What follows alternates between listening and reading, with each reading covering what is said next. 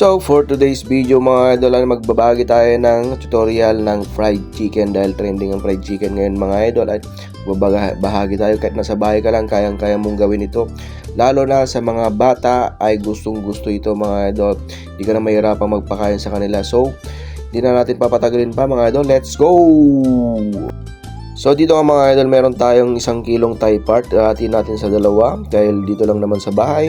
Itong unang gagawin natin ay magbabrine muna tayo ng 12 hours mga idol. So maglalagay tayo ng mga simpleng ingredients gaya ng asin, ginisa mix, paminta, at yung ating sekretong oregano powder mga idol. Ayan lang ang kadali mga idol, yung mga ingredients na yan. So ibababad natin ng 12 hours to 24 hours, depende niya sa inyo. Pero pag sa akin, kahit 2 oras, okay na yun mga idol. Dahil alam mo, pag simpleng mga lutuin ay kayang-kaya natin gawin yan. Kayang-kaya mo rin gawin yan mga idol. So ibababad muna natin. At ito, prepare na natin yung ating breading mga idol.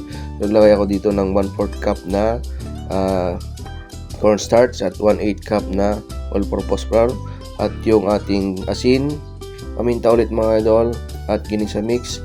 Tapos haluin lang natin ulit mga idol. Ayan, dahan-dahan. Ayan lang mga idol, at gagawa ulit tayo ng buttered egg mga idol. Yan, kasali yan sa ating paggawa ng fried chicken. Tapos haluin lang natin ng tubig mga idol. Mga 1/4 cup mga idol. Ayan, so tansyahin nyo na lang. So ito, haluin lang natin. Maglalagay ulit tayo ng 1/4 cup na all-purpose. Ayan mga idol, haluin lang ulit. Madali lang ito mga idol, di ba? Sundan nyo lang yung asin at paminta mga idol. Haluin lang ulit at ready na yung ating buttered egg. So ayan mga idol, simpleng-simple lang.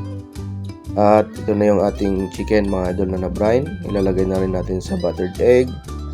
So make sure i-mix na lang natin ng maigi. Yan mga idol. So ito, okay na yan mga idol, no? Haluin lang natin ng mabuti. Tapos tsaka natin i-dip sa ating breading. At habang dito mga idol, nagpapainit na rin ako ng mantika hanggang 360 degrees. Ayan. So dito dapat makot lahat ng ating breadings, yung manok. Ayan, hanggang matuyo mga idol. Ayan. So kinamay-kamay ko na dahil nagugas naman ako dyan mga idol. Ayan, para safe tayo sa food poison mga idol. Ayan, so make sure na malinis lahat ang gagamitin natin mga idol. Ayan, okay na, pwede na tayo magprito mga idol. Ayan, so dapat pag magprito kayo mga idol, yung mantika ay nasa 360 degrees Celsius para sure na sure yung pagkaluto. Dahil susundan natin ito ng 25 minutes na pagluluto para makuha natin yung tamang pagluto. Yan mga idol, yung dugo-dugo na yan, normal na yan. So dapat dito mga idol ay lubog na lubog dapat, pero kukunti lang yung ating niluto, kaya kumuha na rin tayo ng 1 kilong mantika.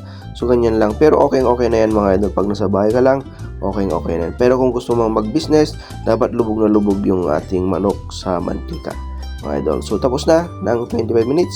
Heto na yon mga idol, pwede na tayong kumain. At sa gravy naman mga idol ay susunod na video na tayo, kasi dahil nagutom na tayo. At kung nagustuhan mo ang ating video naman sa fried chicken mga idol, ay huwag naman mo kalimutang mag-subscribe sa ating YouTube channel. Bye bye!